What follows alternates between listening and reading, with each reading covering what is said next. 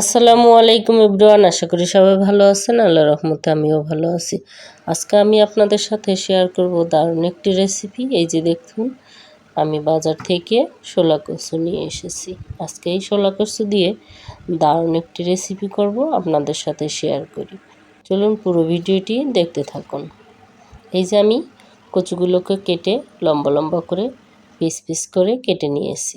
এই কচুগুলোকে এখন আমি ধুয়ে পরিষ্কার করে একটু ভাপ দিয়ে নিব, কারণ যাতে বর্ষাকালের কচু গলায় না ধরে, তাই আমি ধুয়ে পরিষ্কার করে একটু ভাপ দিয়ে নিয়েছি। আপনারা কে কোথা থেকে আমার এই ভিডিওটি দেখছেন অবশ্যই কমেন্ট করে জানাবেন। ভালো লাগলে লাইক শেয়ার কমেন্ট করে পাশে থাকবেন। আপনাদের সহযোগিতায় আমি এগিয়ে যেতে চাই। ইউটিউব থেকে দেখলে সাবস্ক্রাইব করবেন এবং পেজ থেকে দেখলে ফলো দিয়ে আমার পাশে থাকবেন। আমি গত কয়েকদিন থেকে খুব অসুস্থ ছিলাম, গলার ভয়েস দেখেই বুঝতে পারছেন। এখনও ঠিক হয়নি, কারণ আমার গলায় ইনফেকশন হয়ে গেছিলো টনসিলের। এই কারণে আমি কয়েকদিন ভয়েস দিতে পারিনি এবং ভিডিও দিতে পারিনি। তাই একটু সুস্থ হয়েছি, এখন আবারও ট্রাই করব আপনাদেরকে রেগুলার ভিডিও দিতে। এই যে এইখানে আমি লবণ হলুদ দিয়ে ইলিশ মাছটা একটু ম্যারিনেট করে রেখেছিলাম, তারপরে একটু ভেজে নিচ্ছি, কারণ আজকে আমি ইলিশ মাছ দিয়ে ওই শোলা কচু রান্না করব, তাই আপনাদেরকে দেখাবো। আমি এইভাবে রান্না করি, আপনারা কিভাবে রান্না করেন অবশ্যই কমেন্ট করে জানাবেন। আর আপনারা কীভাবে খান এই কচুগুলি আমাকে জানাবেন। আমি আপনাদের রেসিপিটি একদিন ফলো করে দেখব কেমন হয়। আর এইখানে আমি দিয়ে দিলাম রসুন, একটু থেতো করে দিয়েছি, তারপরে দিলাম পেঁয়াজ কুচি। এবার একটু তেল দিয়ে দিচ্ছি। আমি মাছটা কিন্তু ভেজে তুলে নিয়েছি, পরে আবারও রসুন পেঁয়াজগুলো একটু লাল লাল করে ভেজে নিচ্ছি। গত কয়েকদিন থেকেই ভাবছি আপনাদের সাথে শেয়ার করব। অনেক অসুস্থতার কারণে আমি শেয়ার করতে পারিনি, তা অনেক দিন পরে ভিডিও দিতে আসলাম। কারণ জানেনই তো, এমনিতেই দেশের অবস্থা খারাপ, আর নেট ছিল না। এই কারণে আমার পেজেরও 12টা বেজে গেছে, দেশেরও 12টা বেজে গেছে। এখন আর ভাবছি আপনাদের সাথে রেগুলার ভিডিও দেওয়ার চেষ্টা করব।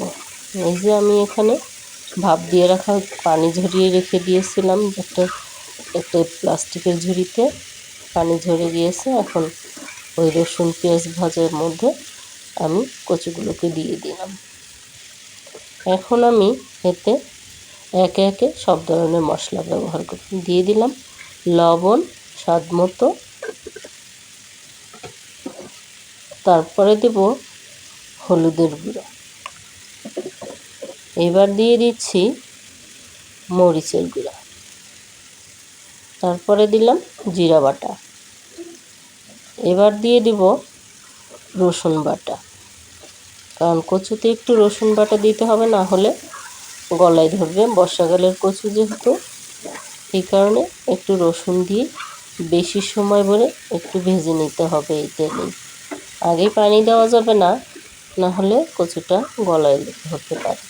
তাই এই রসুন জিরা বাটা দিয়ে একটু ভালো করে আমি লাল লাল করে ভেজে নেব, যাতে পানিটা পুরোপুরি শুকিয়ে যায়। এই পর্যায়ে আমি ভেজে নিচ্ছি। দেখুন কালারটা কিন্তু দারুণ এসেছে। আর কচুটা আমি আগেই ভাপ দিয়ে নিয়েছি, বেশি সিদ্ধ করিনি, আমি মোটামুটি 80% সিদ্ধ করে নিয়েছি। এখন আমি ঢাকনা দিয়ে আর একটু সিদ্ধ হতে দিচ্ছি। এই যে দেখুন, কিছুক্ষণ পরে ঢাকনা তুলে নিচে কিন্তু লেগে লেগে যাচ্ছে, আর কচুটার কালারও কিন্তু পরিবর্তন হওয়া শুরু করেছে। এভাবেই পানি একদম শুকিয়ে যাওয়া পর্যন্ত আমি কষিয়ে নিয়েছি। এবার আমি পরিমাণ মতো পানি দিয়ে ঝোল দিয়ে দিলাম। এই যে দেখুন, আমি বেশি ঝোল রাখবো না, তাই আমি অল্প পরিমাণ পানি দিয়েছি। ঝোলটা শুকানো একদম মাখা মাখা করব, তাই। এবার ঢাকনা দিয়ে আমি আর একটু রান্না করে ঢাকনাটা তুলে নিয়েছি। এবার একটু খুন্তির সাহায্যে নেড়ে দেব, যাতে এপাশ ওপাশ ঠিক মতো কুক হয় আর প্রপারলি রান্না হয়। এবার আমি এই ঝোলের মধ্যেই দিয়ে দিব ওই ভাজা মাছগুলি, কারণ এই ঝোল থাকতেই দিতে হবে যাতে রান্নাও হয় এবং মাছটাও সিদ্ধ হয়, নরম হয়ে আসে। এই জন্য আগে থেকেই দিয়ে দিতে হবে। আমি চাইলে লাস্টেও দিতে পারতাম, কিন্তু আগে দিলে ঝোলের সাথে ইলিশের ফ্লেভারটা পুরোপুরি মিশে যায় আর কচুটা খেতে দারুণ লাগে। আপনারাও এইভাবে ট্রাই করবেন, দেখবেন অসম্ভব লাগে খেতে।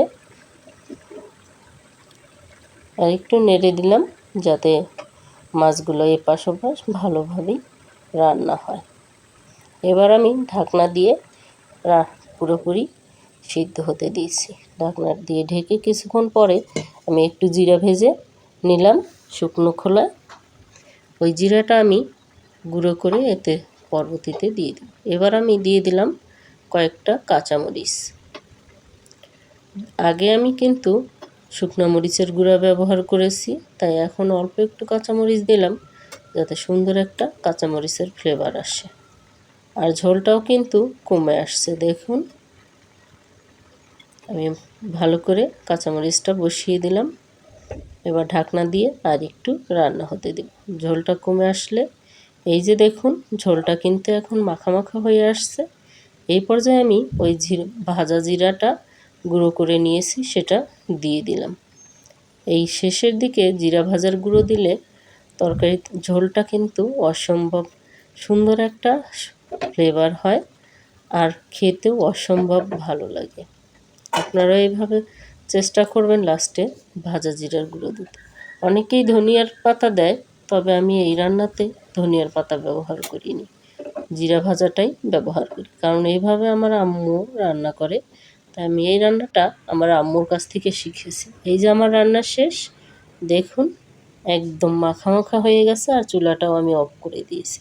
ধন্যবাদ সবাইকে আমার এই ভিডিওটি দেখার জন্য, পাশে থাকার জন্য। Thanks for watching. আল্লাহ হাফেজ।